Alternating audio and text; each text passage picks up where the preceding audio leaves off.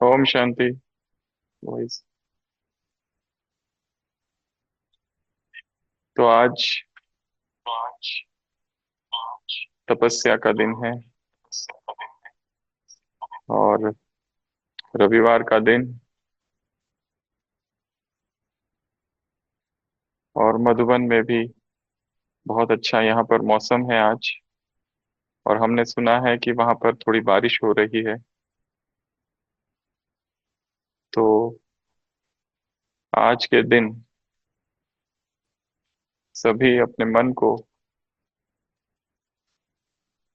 भट्टी के लिए तैयार करेंगे। जितना हो सके इस शरीर में कम रहने का अभ्यास करेंगे और अधिकतर समय अंतर्मुखी और मौन रहने का अभ्यास करेंगे।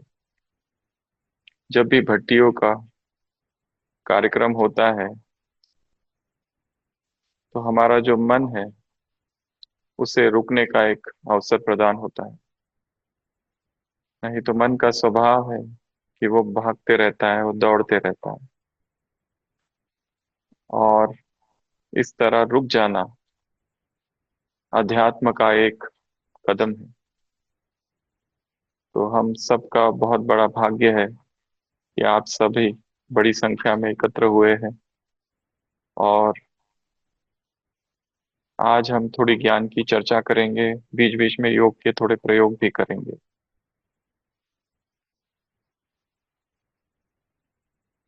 हमें याद आ रहा है, बचपन में एक हमने कहानी सुनी थी जिसमें एक व्यक्ति होता है जो कि रेगिस्तान से जा रहा होता है और बहुत कड़ी धूप होती है, अकेला है वो, पसीना हो रहा है उसे, थकान हो रही है और वो चल रहा है।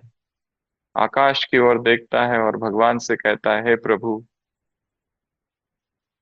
तूने ये कैसी दुनिया बनाई है। इसमें तो देखो, चारों तरफ रेत ही रेत है यहाँ पर। और यहाँ पर पानी की एक बूंद नहीं। कितना अच्छा होता कि यदि चारों तरफ हरियाली होती।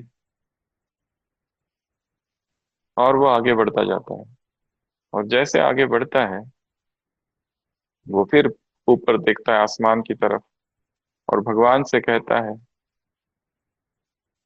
कि कितना समय हो गया, यहाँ पर कोई बारिश नहीं, कोई पानी नहीं। कितना अच्छा यदि होता कि पानी आ जाए, बारिश हो जाए और चारों तरफ हरियाली हो जाए। परंतु उस तपती धूप में वो भगवान से कहता है, यहाँ तो केवल पसीना ही पसीना है और मुझे कुछ भी नहीं मिल रहा है। और जब से जैसे ही वो ये कहता है, अचानक उसकी नजर एक कुएं पर पड़ती है। वो व्यक्ति इस कुएं से, इस रास्ते से कई बार जा चुका हो, पर आज तक उसने ये कुआं कभी नहीं देखा था। जब अचानक उसे कुआं दिखता है तो उसे आश्चर्य होता है। वो भाग कर जाता है और उस कुएं को देखता है तो उसमें लबालब पानी भरा हुआ है। फिर से वो आकाश की ओर देखता है और कहता है, केवल पानी होने से क्या होता है, मैं इसको निकालूं कैसे। तभी अचानक उसकी नजर पड़ती है कुएं के पीछे एक बकेट है और एक रस्सी है। वो फिर से ऊपर देखता है और कहता है, मैं इतना थक गया हूं, ये पानी अब निकालेगा कौन। तभी अचानक देखता है उसके पीछे एक ऊंट है। और जैसे ही ऊंट को देखता है उसके मन में विचार आता है, कहीं इस रेगिस्तान को हरा हरियाली बनाने का कार्य मुझे तो नहीं करना पड़ेगा।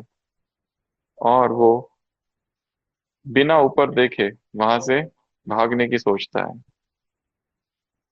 और थोड़े ही कदम चलता है तो देखता है अचानक पीछे से एक पेपर, एक कागज का टुकड़ा आके उसके कमर में पीछे से चिपक गया है। और रुक के देखता है उसमें क्या लिखा है। तो उसमें लिखा होता है कि तुम्हें पानी चाहिए था, मैंने तुम्हें कुआं दिया। उसमें लिखा होता है कि तुम्हें मैंने एक रस्सी भी दी, एक बकेट भी दी, और तुम्हें पानी निकालने के लिए एक ऊंट भी दिया। फिर भी तुम पानी नहीं निकाल के भाग क्यों रहे हो? तब अचानक उसके मन में विचार आता है और वो डर जाता है और बिना कुछ कहे वहां से चला जाता है। शायद ये कहानी अधूरी है, पर इसमें एक बहुत बड़ा रहस्य छिपा हुआ है। मनुष्य का मन हमेशा बहाने बनाता है। उसे पता नहीं कितने अवसर मिलते हैं जीवन में, फिर भी कोई ना कोई बहाना, कोई ना कोई शिकायत उसके मन में हमेशा रहती है। और आज सुबह भी अव्यक्त मुरली में बाबा ने कहा, आलस, अलबेलापन और बहानेबाजी, अवसर हमारे सामने हमेशा रहता है। और संगम ये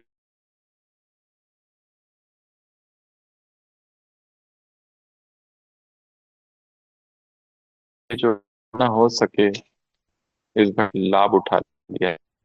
क्योंकि जब बहुत सारी महान आत्माएं एकत्र होती है तो एक संगठित ऊर्जा वहां बहती है। और जहां पर संगठित ऊर्जा बहती है वहां पर एक शक्ति का आविर्भाव होता है। और यदि हम उस वर्तुल में कहीं हैं तो हम में भी एक अदृश्य शक्ति जाग जाती है। और वो शक्ति हमारे जीवन में जो परिवर्तन हम चाहते हैं उस परिवर्तन को साकार कर देती है। तो आप सभी जहाँ बैठे हैं वहीं बैठकर 1 मिनट के लिए अपनी आंखें बंद करेंगे और अपने जीवन की संपूर्ण यात्रा को देखेंगे। अब तक मैंने क्या क्या किया, अब तक मेरे पास कौन कौन से अवसर आए, और अब तक मैंने क्या क्या प्राप्ति की। तो सभी स्थिर होके बैठेंगे, संपूर्ण मौन में बैठेंगे, 2 मिनट के लिए आंखें बंद कर लेंगे और चिंतन करो। अपने संपूर्ण जीवन को आगे लाओ, अपने जन्म से लेकर अब तक का जीवन।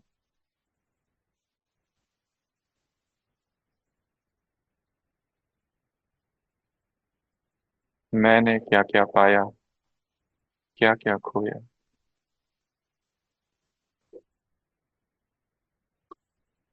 क्या मेरा जीवन धन्यवाद से भरा है या कंप्लेंट से भरा है?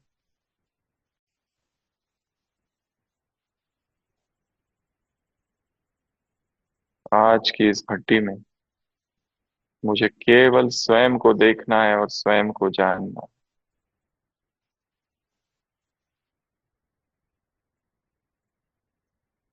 अपने शरीर को ढीला छोड़ देंगे,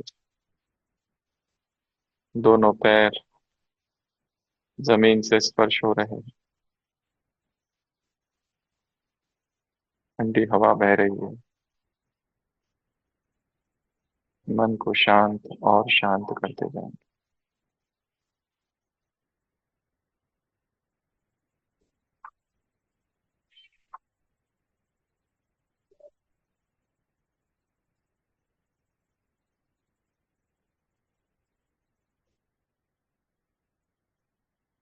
ओम शांति। सभी आंखें खोलेंगे। तो आज हम एक बहुत महत्वपूर्ण विषय पर चर्चा करेंगे, और वो विषय है हमारे ब्राह्मण जीवन की दिनचर्या। हमें ये देखना है कि हमारे जीवन की दिनचर्या कैसी है, क्योंकि इस दिनचर्या को यदि रूहानी बना दिया जाए तो वही दिनचर्या लौकिक ना होकर अलौकिक बन जाती है, रूहानी रूहचर्या बन जाती है। तो हम लंबे समय से इस ज्ञान में चल रहे हैं और हमें बहुत सी बातें पता है। पर जब इस तरह की भट्टियां होती है तब एक फोर्स हमको मिल जाता है और हमारे पुरुषार्थ की स्पीड डबल हो जाती है। तो आज हम दिनचर्या की कुछ बातों को रिवाइज करेंगे। आज हम ऐसी लगभग 10 बातें देखेंगे कि जो हमारे जीवन में होनी चाहिए, हमारी दिनचर्या में होनी चाहिए। और अगर ये सब बातें हमारे ब्राह्मण जीवन में है तो ब्राह्मण जीवन आनंद से भर जाएगा। पुराना गीत हमको नहीं गाना पड़ेगा, जो आज सुबह भी अव्यक्त मुरली में बाबा ने कहा सब अच्छा है, सब अच्छा है। फिर वो जो ब्राह्मणों का ट्रेडमार्क है, जो बाबा ने आज सुबह भी कहा, सब चलता है, सब होता है, ये नहीं रहेगा। और जीवन का प्रत्येक क्षण एक उत्सव बन जाएगा, एक आनंद बन जाएगा। उत्सव केवल कोई पर्व नहीं है। उत्सव तब घटित होता है जब हम जागृत होते हैं। और यही वास्तव में शिवरात्रि भी है। संपूर्ण जाग जाना, आलस, अलबेलापन और बहानेबाजी की नींद को तोड़ देना। मधुबन में हम लोग सब बहुत लंबे समय से यहाँ रह रहे हैं, और यहाँ की जो हमारी दिनचर्या है, उसमें जो मूल आधार है वो है अमृत वेला। हम तो यहाँ तक कहेंगे कि आज तक हमने भी जो पुरुषार्थ किया है, जो चिंतन मनन किया है, वो सारा चिंतन मनन, वो सारा अध्ययन अधिकतर अमृत वेले के समय पर ही किया है। तो जितना अमृत वेला हमारा शक्तिशाली होता है, उतना ही हमारी दिनचर्या शक्तिशाली होती है। तो हमारे इस अलौकिक जीवन में जो प्रथम सोपान है इस किताब का, वो है अमृत वेला। तो जैसे बाबा ने कहा है, पूरे दिनचर्या का जो फाउंडेशन है वो है अमृत वेला। आप में से सभी लोग अमृत वेला करते ही होंगे, परंतु आज इस भट्टी से सभी एक दृढ़ संकल्प करेंगे कि चाहे कुछ भी हो जाए, कल से मुझे अमृत वेला मिस नहीं करना है। अमृत वेला परमात्मा स्पर्श का समय है, जब हमारी आत्मा में, हमारी चेतना में भगवान का मिलन हो जाता है। अमृत वेला ईश्वर से प्रथम आलिंगन। तो जितना जल्दी हमारा अमृत वेला शुरू हो, उतनी हमारी दिनचर्या शक्तिशाली होगी। यदि हमारा अमृत वेला ही अभी तक स्थिर नहीं है, कभी 3:30 बजे उठ रहे, कभी 3 बजे उठ रहे, कभी पौने 4, कभी 4, कभी सवा 4, कभी 4:30, तो इसमें बहुत जो खुशी का अनुभव है वो नहीं होगा। हमारा जीवन खुशियों से और आनंद से भर जाए, उसके लिए हमें सुबह सुबह अपने आप को प्रभु प्रेम से भर देना है, परमात्मा शक्तियों से भर देना है। सुबह सुबह उठो, और जो बाबा ने कहा है, भगवान सुबह सुबह भोले भंडारी के रूप में है। अमृत वेला दाता का दरबार है। उससे जो लेना चाहो, जितना लेना चाहो, वो सब हम ले सकते हैं। तो क्यों ना हम अपने इस अमृत वेले को जीवन की प्रथम प्राथमिकता बना दे, फर्स्ट प्रायोरिटी ऑफ लाइफ। तो जितना अमृत वेला शक्तिशाली होगा, उतनी दिनचर्या शक्तिशाली होगी। बाबा ने कहा है, अमृत वेला गाड़ी को पटरी पे डाल दो, तो दिन भर अपने आप उस श्रीमत की पटरी पर गाड़ी चलती रहेगी। पर यदि अमृत वेला ही हमारा शक्तिशाली नहीं है, यदि हम अमृत वेला उठ तो रहे, परंतु उसमें नींद का प्रकोप है, उसमें आलस है, उसमें अलवेलापन है, उसमें सुस्ती समाई हुई है, तो हम जागृत कैसे रहेंगे? हम कैसे उन ईश्वरीय शक्तियों का अनुभव कर सकेंगे?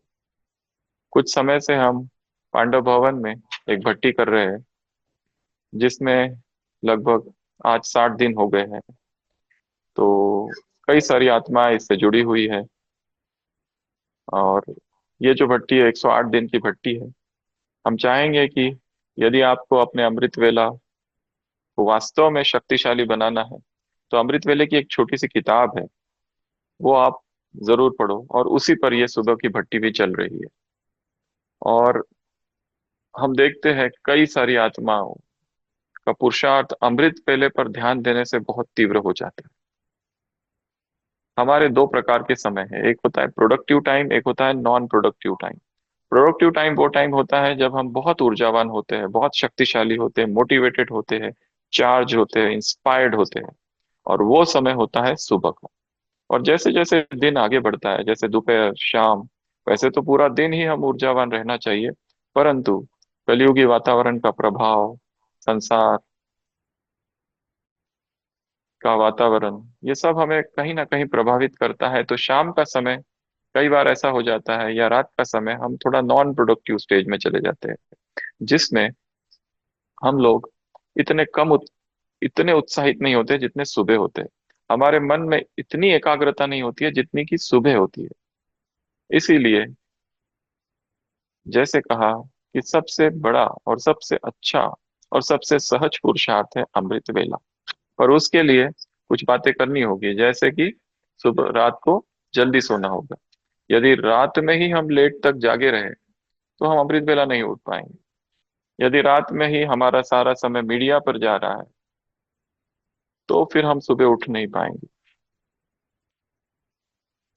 तो अलौकिक दिनचर्या जो है, रूहचर्या जो है, उसका प्रथम सोपान जो है वो है अमृत वेला। तो सभी संकल्प करेंगे मन ही मन। आप सब वहां बैठे हैं, वहां बैठे बैठे ही संकल्प कर लो कि यदि मुझे बाबा से जुड़ना है, यदि मुझे अपना कनेक्शन बाबा से बहुत स्ट्रांग बनाना है, तो मुझे अमृत वेले पर काम करना है।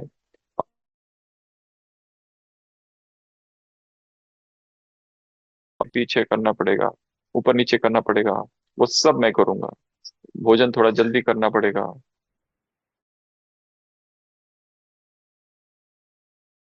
लगना पड़ेगा। डिजिटल कर्फ्यू जिसको हम कहते हैं, 9 PM डिजिटल कर्फ्यू, जितना हो सके ऑफलाइन हो जाना या फिर मोबाइल को स्विच ऑफ ही कर देना। और यहाँ तक मेडिकल साइंस तो कहता है स्लीप हाइजीन एक बहुत अपकमिंग टॉपिक है, जिस पर कॉन्फ्रेंस में बड़ी चर्चा होती है। वहां तो यहाँ तक कहा गया है कि जहां आप सोते हैं वहां पर कोई भी डिजिटल इक्विपमेंट नहीं होना चाहिए। जितना हो सके अंधेरा, लाइट ऑफ, जितना हो सके फिक्स टाइम। हमें पता है कि ये शायद हो नहीं पाएगा सबके लिए फिक्स टाइम, फिर भी जितना हो सकता है उतना हम अपने टाइम को फिक्स करें। तो ये है सबसे पहली बात। दूसरी चीज है मुरली। मुरली केवल शब्द नहीं है, मुरली केवल ज्ञान सुनना सुनाना वो नहीं है। मुरली को जीना है, मुरली को अपनी आत्मा में उतारना है, अपनी हड्डियों में उतारना है। वो तब होगा जब उस पर हम चिंतन करेंगे, मनन करेंगे।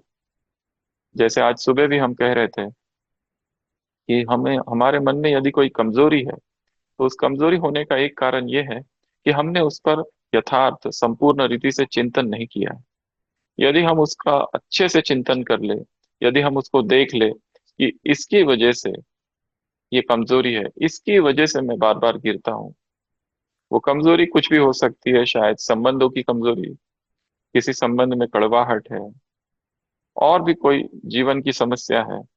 उस पे हम क्यों उलझ गए हैं उसमें? हो सकता है कहीं ना कहीं हमने उस पर चिंतन कम किया है। तो जैसे ही मुरली हम सुनते हैं, कोई भी एक पॉइंट उसमें से ले लिया जाए और उस पर एकांत में चिंतन करना, उस पर मौन में चिंतन करना, उसके ऊपर लिखना, उसके ऊपर डायग्राम बनाना, कोई चित्र बनाना, उसके ऊपर चर्चा करना, ये सब चीजें जो है हमारे मन को एक्टिवेट करके रखती है, सक्रिय रखती है। क्योंकि माया का आक्रमण हम पर तब होता है जब हम सतर्क नहीं होते। जब ज्ञान बुद्धि से कम हो जाता है तब अपने आप माया का आक्रमण होता है। जब हम बेहोशी में चले जाते हैं तब माया का आक्रमण होता है। यदि हम निरंतर जागृत अवस्था में रहे तो हम कभी भी माया के अधीन नहीं होंगे और हमारा जीवन एक साधक का जीवन हो जाएगा। क्योंकि हमने संसार तो देख ही लिया है, संसार की उथल पुथल देख ली, संसार का सब कुछ अनुभव कर लिया इतने सालों में। और हमें क्या मिला? हलचल हलचल और हलचल। क्यों ना हम अब ऐसा कुछ करें कि जिसमें चाहे परिस्थितियां कुछ भी हो परंतु हम स्थिर रहे। और यही स्थित प्रज्ञ योगी की परिभाषा है। जितना हम स्थिर रहेंगे भीतर से उतना हमारा जीवन स्थिर होगा। यदि हम भीतर से हिलते रहे तो बाहर से कितना भी खुशी का आडंबर करो, बाहर से कितने भी उत्सव करो, वो केवल रस्म होगी, केवल एक परंपरा, परिवर्तन नहीं होगा उससे। इसीलिए आज से सभी एक संकल्प करेंगे कि हमें गंभीर साधना करनी है। और हम सब साधक है तो हमें ज्ञान की साधना करनी है। मधुबन में या और कई सारे सेंटरों पर हमने देखा है, छोटे छोटे ग्रुप्स है जो लोग मिल के ज्ञान की चर्चा करते हैं, चाहे ऑनलाइन करें, चाहे रात को सोने से पहले बैठ के करें, कुछ ना कुछ वो लोग करते रहते हैं। तो इस तरह से ज्ञान की जब चर्चा होती है, ज्ञान को जब हम पढ़ते हैं, तब हमारा मन बहुत शक्तिशाली होने लगता है। ज्ञान के नए संस्कार हमारे मन में फॉर्म होते हैं, जिसको मेडिकल साइंस कहता है न्यूरोप्लास्टिसिटी। जैसे अज्ञान के संस्कार है, उसी तरह ज्ञान के भी संस्कार है। तो ज्ञान को पढ़ना, सुनना, सुनाना, लिखना, किसी को सिखाना, किसी को समझाना, उस पर चिंतन करना, उस पर मनन करना, उसका अनुभव करना, और ये कार्य दिन भर में थोड़ा थोड़ा थोड़ा थोड़ा होते रहे। कभी वरदान को उठा लिया, उसके ऊपर थोड़ा चिंतन किया, कभी स्लोगन को ले लिया, उसके ऊपर थोड़ा चिंतन किया, कभी उसके ऊपर लिखना कोई नए आर्टिकल्स। हम जब नए नए थे तो हम एक कार्य करते थे कि मुरली जब सुनते थे तो पॉइंट्स नहीं लिखते थे, केवल टॉपिक्स लिखते थे। केवल topics, 5 topics from every murli. Topics लिख दिए और छोड़ दिए। फिर सारे दिन भर में उन टॉपिक्स को निकालते थे और सोचते थे क्या है, क्या है, क्या है। और कभी कभी ये सोचो कि ये ज्ञान मैंने कितना समझा है अभी तक। क्या मेरी सारी अव्यक्त मुरलियां पढ़ के हो गई? क्या सारी साकार मुरलियां मैंने अच्छे से पढ़ ली, समझ ली? और अध्यात्म जो है वो एक प्यास है। जैसे एक सूफी संत है, उससे पूछा गया अध्यात्म क्या है बताओ।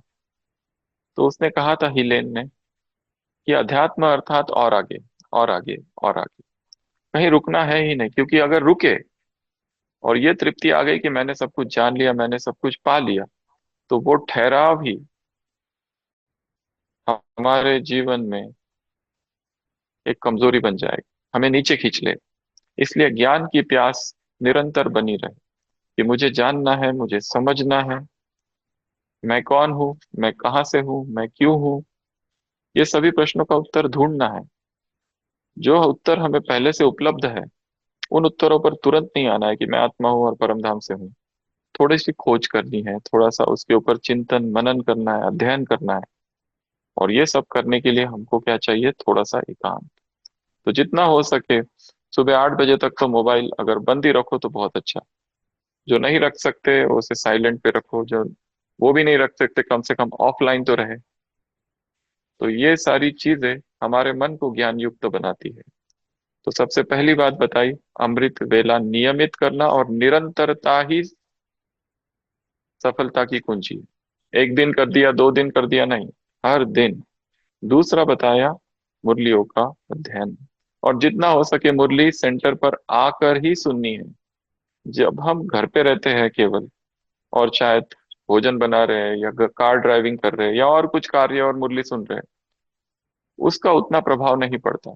परंतु जैसे ही हम सेवा केंद्र पर जाते हैं, एक स्थान पर स्थिर बैठते हैं 1 घंटा तक, और वहां के जो वाइब्रेशंस है वो हम कैच कर सकते हैं।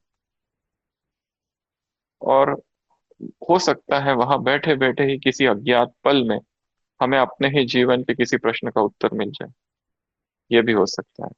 तो जितना हो सके सेंटर पर जाना, वहां बैठकर मुरली सुनना, नियमितता बहुत आवश्यक है। तो ये है दूसरी बात और सबसे महत्वपूर्ण बात। तीसरा है भोजन। अभी जो भी हम भोजन खाते हैं, वो हम कैसे खाते हैं, कैसे बनाते हैं, ये बहुत महत्वपूर्ण है। यदि हम बातें करते करते, आवाज करते करते उसे बना रहे हैं या खा रहे हैं, तो उसमें वो शक्ति हमारे मन को, आत्मा में नहीं भरती। जितना हम मौन में खाएंगे, जितना हम एकाग्रता से खाएंगे, धीरे धीरे खाएंगे, और उसे जैसे कि प्रार्थना है, जैसे एक यज्ञ है, ये केवल भोग नहीं, जैसे भोजन की एक क्रिया ही एक मौन यज्ञ है। और हम एक एक निवाला धीरे धीरे याद में खाएं, और जितना हो सके अपने भोजन को हल्का और हल्का और हल्का करते जाए। जितना भोजन में उत्तेजना कम होगी, उतना मन शांत होगा। जितना भोजन में गरिष्ठता होगी, उसमें बहुत ज्यादा टेस्ट के लिए हम खा रहे हैं केवल, तो वो हम में इतनी शक्ति नहीं भरेगी, क्योंकि हमारा मन अपने आप इंद्रिय सुख की तरफ जा रहा है। तो भोजन एक यज्ञ बन जाए, चाहे बनाना है चाहे खाना है। और जो लोग कमा भी रहे हैं वो भी एक महत्वपूर्ण है कि वो पैसा कहाँ से आ रहा है। जितना हो सके वो पैसा ईमानदारी का हो, सच्चाई का हो, तभी हमारे अंदर शक्ति भरेगी। तो जब भी भोजन करें, बाबा को आह्वान करना, जब भी भोजन करो तो उस भोजन को दृष्टि देना, और जितना हो सके मौन में खाना। और सबसे महत्वपूर्ण, मोबाइल को दूर रखना। यदि हम मोबाइल में बातें करते करते या मोबाइल देखते देखते खाते तो हमारा मन विचलित होता है। तो जितना हो सके स्थिरता के साथ मौन में, एकांत में बैठकर भोजन खाना है। और जब आप भोजन बनाते भी है तो उस भोजन बनाते समय जो जो सामग्री उसमें डाल रहे हो, एक एक सामग्री को दृष्टि देते हुए, प्रकाश देते हुए उसे उस भोजन को बनाना है। किसी एक अव्यक्त संदेश में बाबा ने कहा था, यदि भोजन बाबा की याद में बनाया जाए और खाया जाए तो 50% ब्रह्मचर्य स्वतः ही घटित हो जाएगा। हमें कुछ करना ही नहीं पड़ेगा, अपने आप हो जाएगा। तो हमारी तीसरी और सबसे महत्वपूर्ण धारणा है भोजन की धारणा। तो यह है तीसरी। चौथा जो है वो है ट्रैफिक कंट्रोल। हर एक की दिनचर्या अपनी अपनी है, तो हो सकता है जो ट्रैफिक कंट्रोल बने हुए हैं वो हम ना फॉलो कर सके। पर ट्रैफिक कंट्रोल अर्थात मन का जो ट्रैफिक है, सोल का जो ट्रैफिक है, उसे कुछ समय के लिए रोक देना। और बाबा ने इतनी सारी अव्यक्त मुरलियों में हमें ढेर सारी ड्रिल्स बताई है। आज सुबह की अव्यक्त मुरली में भी ड्रिल बताई। दृढ़ संकल्प ले लो, आज से आलस, अलबेलापन या बहानेबाजी समाप्त। तो बीच बीच में अभ्यास करते रहना है। अभी अभी यहाँ हूँ, अभी अभी परम धाम, अभी अभी सूक्ष्म वतन, अभी अभी फरिश्ता। तो अलग अलग अलग अलग अभ्यास करेंगे। तो अभी 1 मिनट के लिए हम एक छोटी सी ड्रिल करेंगे। सभी स्थिर होके फिर से बैठेंगे। फिर से 2 मिनट के लिए आंखें बंद कर देंगे और 1 सेकंड में परम धाम पहुंच जाओ।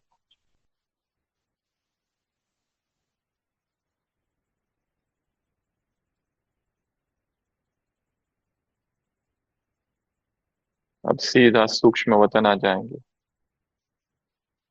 अव्यक्त बाप दादा मेरे सम्मुख है, और मैंने जो संकल्प किया है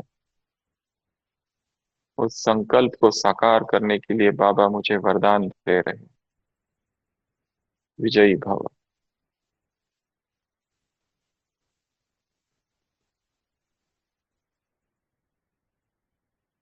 अभी अभी मधुबन आ जाओ, बाबा की कुटिया में। बाबा से कहो, बाबा मैं थक गया हूँ, और बाबा की गोद में सो जाओ।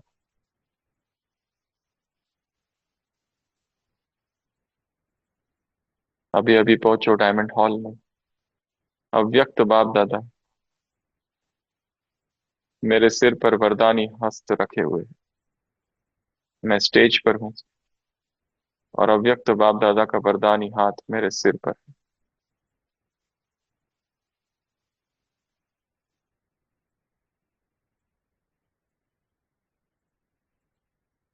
अभी अभी पहुंच जाओ सुबह 4 बजे के समय पर, जहां हम रोज अमृत वेला करते हैं, उस स्थान पर। देखो उस स्थान को। ये स्थान रोज मेरा इंतजार करता है, और मैं कितने समय में यहाँ आता हूँ।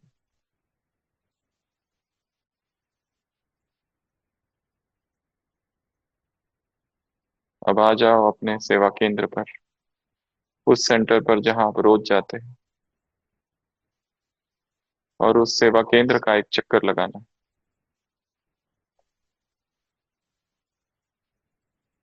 मेरे अंग अंग से पवित्रता की किरणें निकल चारों ओर फैल रही।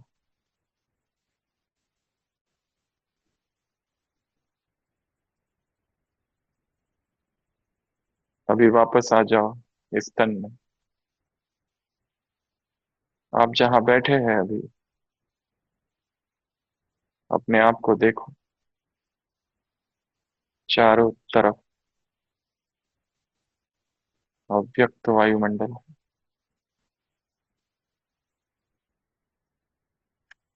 संपूर्ण मौन का वातावरण।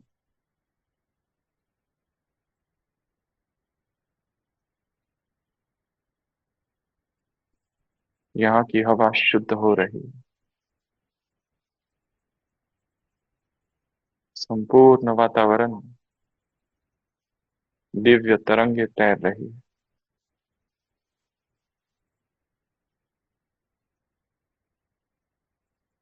मैं शक्ति हूँ।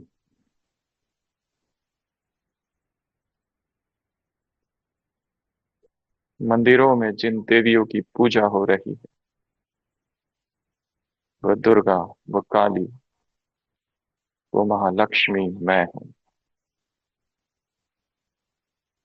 रुद्र की रुद्राणी मैं हूँ। शिव की शक्ति मैं हूँ। मेरे रोम रोम में अनंत शक्ति का भंडार है।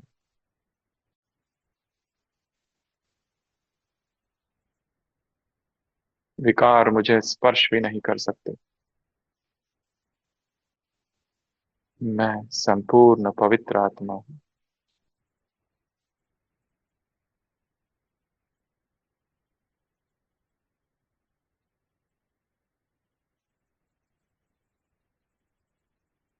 मधुबन से पवित्रता की किरणें इस पूरे हॉल में आ रही। परम धाम से पवित्रता की ऊर्जा इस पूरे प्रांगण में फैल रही है।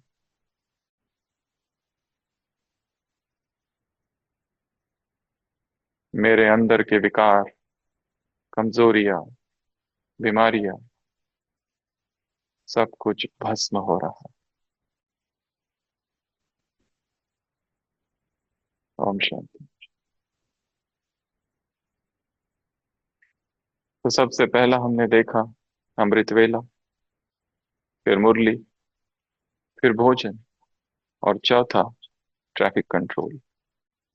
तो अपने मन को रोज जब जब समय मिले इस शरीर से गायब हो जाना, जब जब समय मिले इस शरीर से बाहर निकल जाना। कभी अव्यक्त स्थिति, कभी फरिश्ता स्थिति, कभी परमधाम की स्थिति, कभी सकाश देने की स्थिति। चारों तरफ अपने आप को घुमाना है और ये अभ्यास चालू रहे। तो ये था ट्रैफिक कंट्रोल। उसके बाद में है कर्मयोग। जब जब हम कर्म करें, इतना कर्मों में ना उलझ जाए कि हमें याद ही नहीं रहे कि हम किसके लिए कर्म कर रहे हैं, किसकी सेवा कर रहे हैं। हमारा कर्म एक यज्ञ बन जाए, एक प्रार्थना बन जाए जो हम अर्पित कर रहे हैं। हमारे हर कर्म से मैंपन गिर जाए, और उसके लिए कर्म करने से पहले और कर्म करने के बाद एक छोटी सी प्रार्थना कहो या एक आह्वान जैसा करना है। हर कर्म से पहले बाबा को बुला लेना, और कर्म होने के बाद उसे समर्पित कर देना। और कर्म के बीच बीच में भी छोटे छोटे शब्दों का प्रयोग करना है, जैसे कि thank you Baba, miss you Baba, love you Baba. उससे जुड़े रहने का अभ्यास करना है, क्योंकि कर्म हमें उलझा देते हैं, कर्म हमें भटका देते हैं। तो हमें निस्वार्थ कर्म वो सब तो है ही, परंतु साथ में मन की तार उस शिव बाबा से जुड़ी रहे। तो उसके लिए बीच बीच में हमें जब भी समय मिले रुक जाओ थोड़ी देर और बाबा को धन्यवाद करो। Thank you, thank you, thank you. हमने एक शांतिवन में एक बच्चा देखा था, छोटा सा। वो एक्चुअली बच्चा बचपन से थोड़ा सा मंद बुद्धि है। और पर उसने एक क्लास में कहीं सुन लिया था कि शिव बाबा भगवान है, और उससे बातें करनी चाहिए। तो उसकी माता जी ज्ञान में चलती है, तो वो जब भी आता है नीचे शांतिवन में, उसकी माँ ने एक छोटा सा उसको मोबाइल दे के रखा है, प्लास्टिक का। तो वो क्या करता है, दिन भर शिव बाबा से बातें करते रहता है। वो कहता है, हेलो बाबा, मैं ठीक हूँ, I am okay, I am okay. तो ये भी कितना अच्छा है कि आत्मा किसी ना किसी रीति से उस परम ऊर्जा से जुड़ी हुई है, और शिव बाबा बीज है इस सृष्टि के वृक्ष का। और उस चैतन्य बीज से जैसे हम जुड़ते हैं, हमें अपने जीवन के सभी प्रश्नों के उत्तर मिलने लगते हैं। तो इसलिए कर्मयोग अर्थात कर्म तो कर रहे हैं, परंतु कर्म के साथ हम उस परम पिता से जुड़े हुए हैं। तो हमारा हर कर्म योग बन जाए, हर कर्म साधना का अभिन्न अंग बन जाए। उसके बाद है सेवा। सेवा अर्थात जिसमें मैं ना रहे।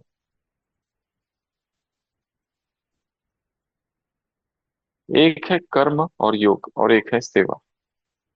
सेवा में निरंतर एक भाव हो कि मुझे बाबा ने निमित्त बनाया है, और मैं ये सेवा किस लिए कर रहा हूँ, सेल्फ प्यूरिफिकेशन के लिए।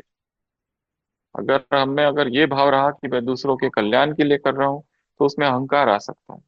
हम ये हमेशा सोचे कि ये जो मैं कर रहा हूँ, ये मैं अपनी शुद्धि के लिए कर रहा हूँ, और एक दूसरा संकल्प और जोड़ दो, यदि ब्राह्मण जीवन में मेरे द्वारा कोई विकर्म हुए हैं, कोई पाप कर्म हुआ है, तो ये सेवा उसका प्रायश्चित्त है। मुझे भगवान ने एक अवसर दिया है कि मैं अब दूसरों की सेवा करूं, और मुझे अपने आप पुण्य प्राप्त हो, जिससे मेरे पाप और विकर्म अपने आप दग्ध हो जाए। और सेवाओं में सबसे अच्छी चीज है, हमें बहुत दुआएं मिलती है आत्माओं की, जितनी अधिक लोगों की हम सेवा करें। और सेवा अर्थात ये नहीं कि केवल हम ज्ञान योग और आत्मा परमात्मा की बातें ही उनको सुनाएं। किसी भी तरह की सेवा, जैसे कोई बीमार है और यदि हम उसकी हॉस्पिटल में सेवा करते हैं, कोई अनाथ आश्रम होगा, हम वहां जाकर उन बच्चों को कभी मिल के आते हैं, अनाथ आश्रम में कभी कभी जाते हैं, कभी गार्डन में जाते हैं, कभी हॉस्पिटल में जाते हैं। किसी भी तरह की कोई भी सेवा, क्योंकि हर सेवा हमें एक ऊंची स्थिति में स्थित कर देती। इसलिए हमें अपने जीवन को सेवामयी बनाना है। We are eternal sevadhari. और सेवाधारी का ये नहीं है कि मैं इतने से इतना समय सेवा करूंगा, मेरा समय समाप्त हुआ। जब भी सेवा पुकारे, हमें तैयार रहना है। चाहे वो सेवा केंद्र की सेवा हो, मधुबन की सेवा हो, लौकिक वालों की सेवा हो, किसी की भी सेवा हो। क्योंकि लोग हमारे ज्ञान योग को नहीं देखते, वो हमारे आचरण और हमारे कर्म को देखते हैं। यदि हमें ज्ञान में है और घर वाले सारे विरोध में है, परंतु वो ये भी तो देखते हैं कि इतना सब होते हुए भी हम उनकी भी सेवा कर रहे हैं। हमारा उनके प्रति कोई विरोध नहीं है, कोई उनके प्रति कोई घृणा भाव नहीं है, परंतु हाँ, हमने अपने जीवन का मार्ग चुन लिया है और यही मार्ग है।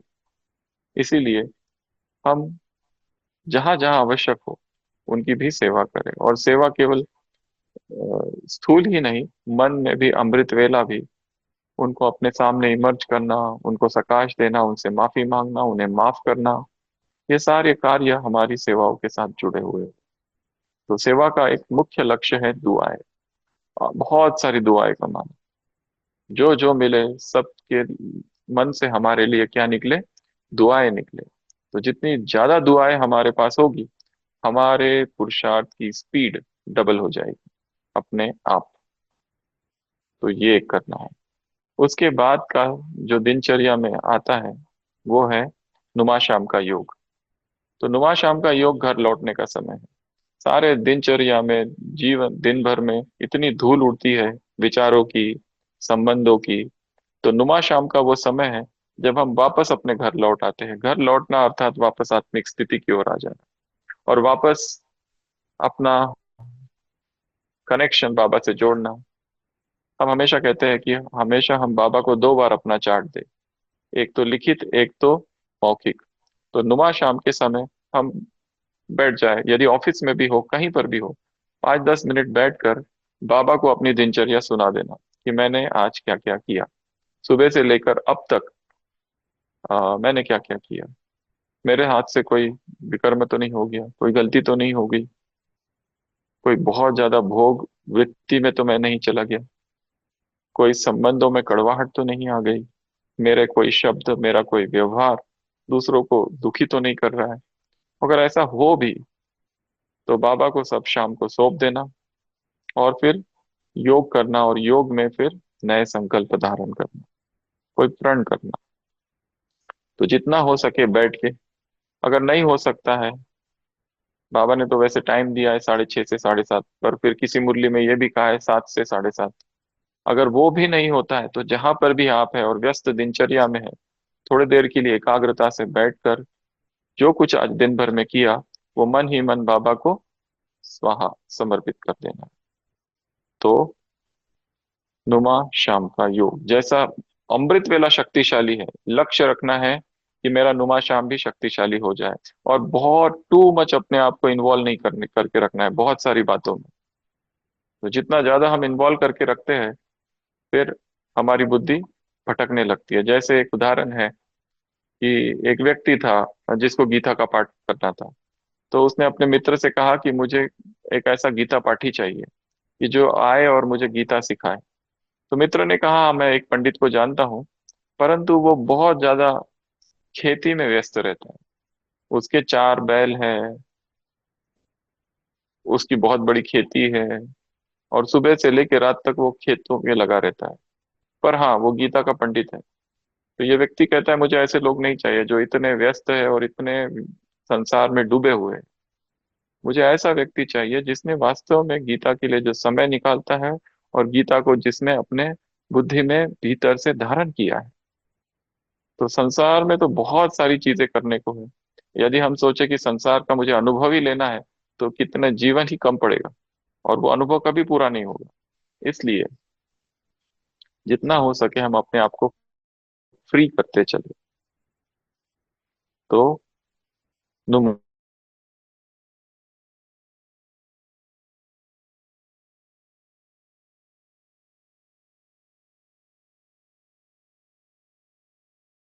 शाम का योग बहुत महत्वपूर्ण बात है कि हमारे अंदर यदि हमें ज्ञान के संस्कार भरने हैं, तो ज्ञान का डिस्कशन होना चाहिए।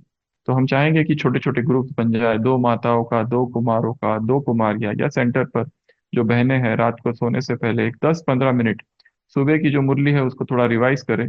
रिवाइज अर्थात भाषण नहीं, आपस में बस बैठे सर्कल में और थोड़ा सा डिस्कशन करें कि अच्छा आज बाबा ने ये कहा वो कहा, ताकि रात को सोने से पहले हमारी स्थिति बहुत अच्छी हो।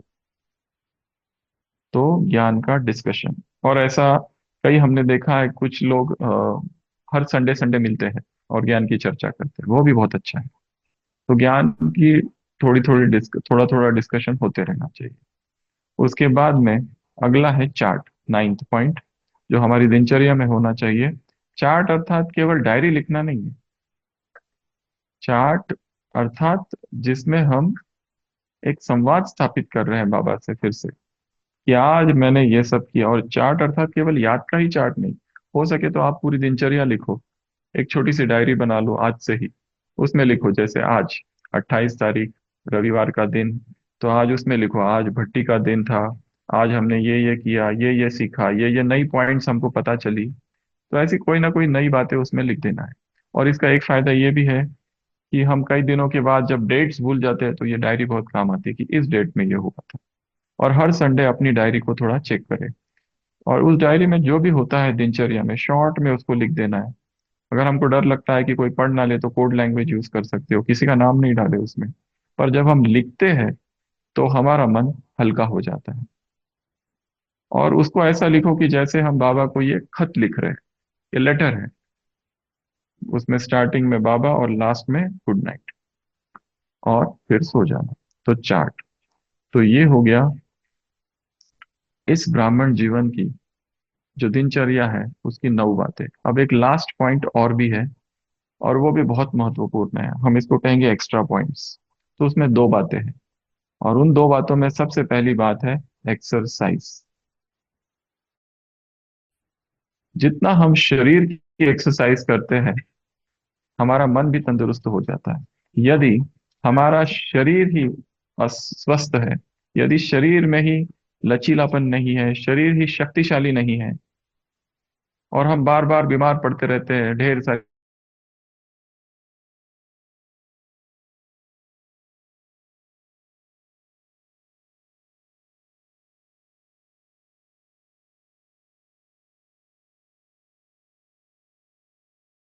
और अभी 29th जो मेडिटेशन का महत्व है, इस पर लेक्चर्स रखे गए हैं बहुत सारे।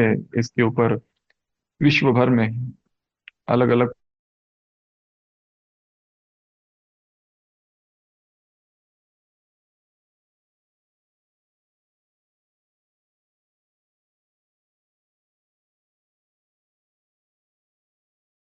से दूर, तो हमारा हर जो जॉइंट है एनर्जी को मूव करना पसंद है। और जितना जॉइंट्स को घुमाएंगे, छोटे व्यायाम, सूक्ष्म व्यायाम, स्थूल व्यायाम, कोई भी,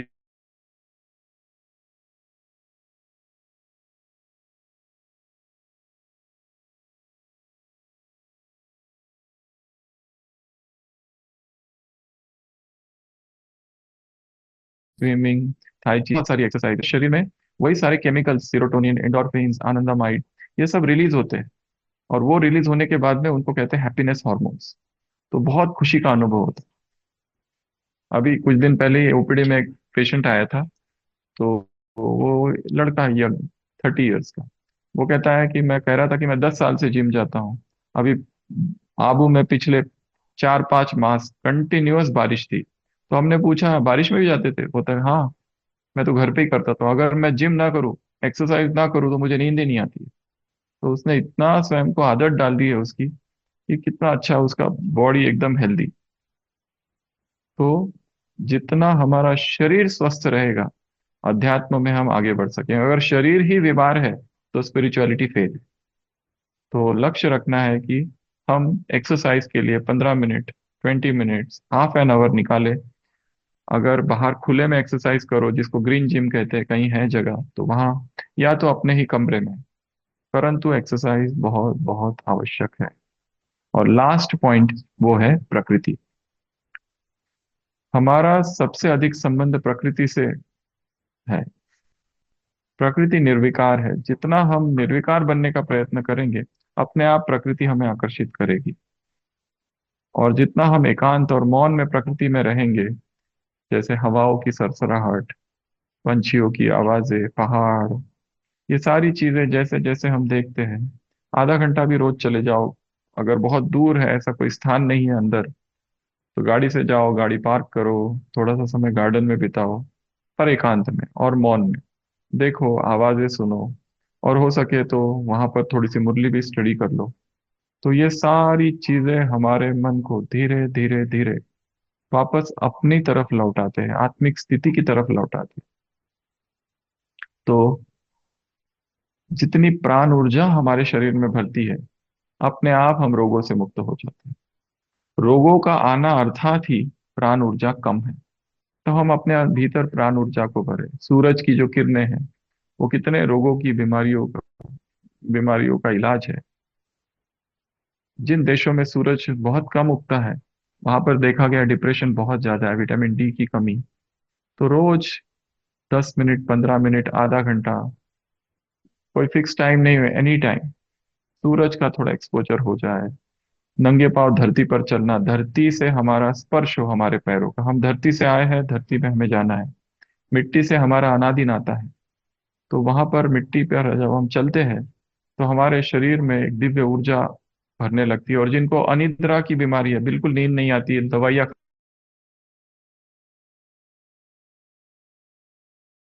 फंडिंग और अर्थिंग कहते हैं, इस पर ढेर सारी किताबें लिखी हुई है आज की तारीख में। तो रोज आधा घंटा नंगे पांव जमीन पर चलना। जो डायबिटिक अगर पेशेंट है, तो वहां पर कंकड़ पत्थर, कांच के टुकड़े हैं, उसको निकाल देना, और कोई एक ट्रैक क्रिएट करना। ऐसे कई लोगों ने किया। आजकल तो फॉरेन कंट्रीज में अर्थिंग पैड्स आते हैं, जो ऑफिस में काम करते हुए आईटी कंपनीज में पैर के नीचे रखते हैं, वो अर्थिंग के लिए। तो यहाँ तो हमारे पास जमीन है, तो हम जमीन से जुड़े। तो जितना हम धरती से जुड़ेंगे, उतना हमारे अंदर प्राण ऊर्जा का संचार हो। फिर प्राकृतिक स्थान जो है, रोज आधा 15 मिनट 20 मिनट एकांत में कहीं जाकर बैठना है। चाहे कहीं पर भी जगह नहीं है तो छत तो है ही, कोई गार्डन होगा तो वहां चले जाओ, कोई नदी झरना पहाड़ एनीथिंग। बट वो हमको क्या करता है, वापस प्राण ऊर्जा से जोड़ता है। तो ये टोटल हमने 10 बातें देखी। एक बार फिर से रिवाइज करा लेते हैं। सबसे पहली बात, आप बताएंगे क्या बताया? स्क्रीन दिख सकता है ऑडियंस? सबसे पहली पॉइंट, अमृत वेला। तो ये संकल्प करेंगे इस भट्टी से निष्कर्ष कि हमें एक दिन भी अमृत वेला मिस नहीं करना है। ये सबसे पहली बात। दूसरी पॉइंट बताई, मुरली। तो रोज की मुरली का अध्ययन करना है, पढ़ाई करना है। यदि आप के वहाँ कोई टेस्ट पेपर बनाता है, ऐसे बहुत सारे ग्रुप्स है जो रोज की मुरली पर टेस्ट लेते हैं, उस टेस्ट को रोज देना, उसका अध्ययन करना, उसको सेंटर पर जाकर सुनना, हो सके तो उसकी चर्चा करना। तीसरी बात बताई थी भोजन। तो भोजन जितना हो सके मौन में बनाना और मौन में स्वीकार करना, और जितना हो सके अकेले में। अगर ग्रुप बैठे भी है तो हम मौन में रहें। चौथा चौथी बात बताई थी कौन सी? Traffic control. अपना ट्रैफिक कंट्रोल खुद ही सेट करना है। आधे आधे घंटे में, एक एक घंटे में, दो दो घंटे में यदि व्यस्त है, 2-3 घंटा ऐसे ही निकल गए, तो फिर जैसे ही समय मिला तुरंत स्थिर हो जाना और अभ्यास करना, रूहानी ड्रिल का अभ्यास करना। छोटे छोटे अभ्यास, बस परम धाम में गए, शिव बाबा को टच किया, आ गए। सूक्ष्म वतन में गए, बाबा को कहा थैंक यू और वापस आ गए। जैसे किसी को पूछा गया था एक प्रश्न कि मेडिटेशन की डेफिनेशन क्या है, तो उसने बहुत अच्छा उत्तर दिया था। उसने कहा था कि मेडिटेशन अर्थात यदि 5वीं मंजिल से हम किसी ने ढकेल दिया और हम नीचे गिर गए, तो नॉन मेडिटेटर जो होता है वो सीधा धड़ाम से नीचे गिर जाएगा। और जो मेडिटेशन करने वाला है वो बीच बीच में रुकेगा और कहेगा कि अब तक सब ठीक है। फिर रुकेगा, मन में कहेगा नहीं अब तक तो सब ठीक है, और लैंडिंग करेगा धीरे से आराम से। तो that is meditation. So traffic control.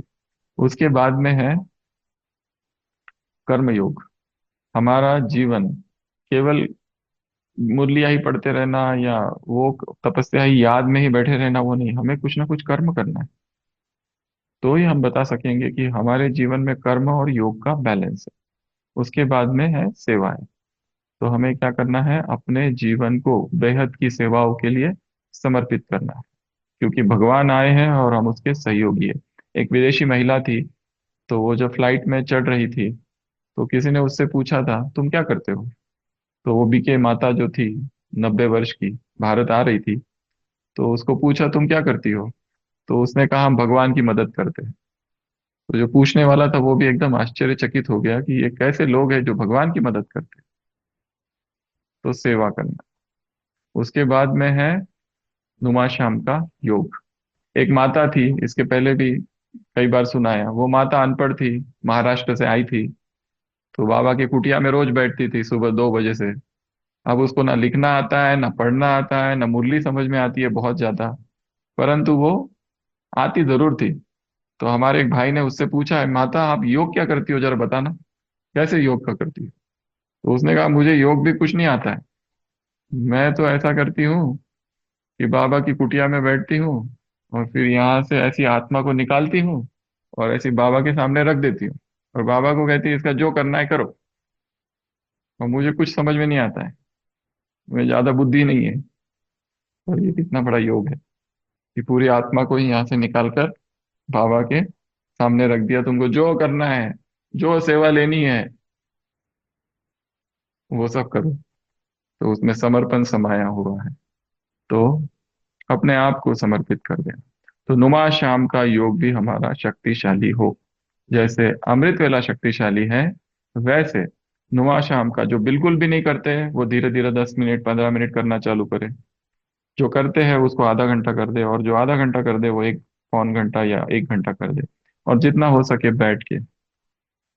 तो पूरे 24 घंटे में कम से कम 2 घंटा तो हमारा बैठा हुआ योग हो। और भट्टियों के दिनों में तो और ज्यादा।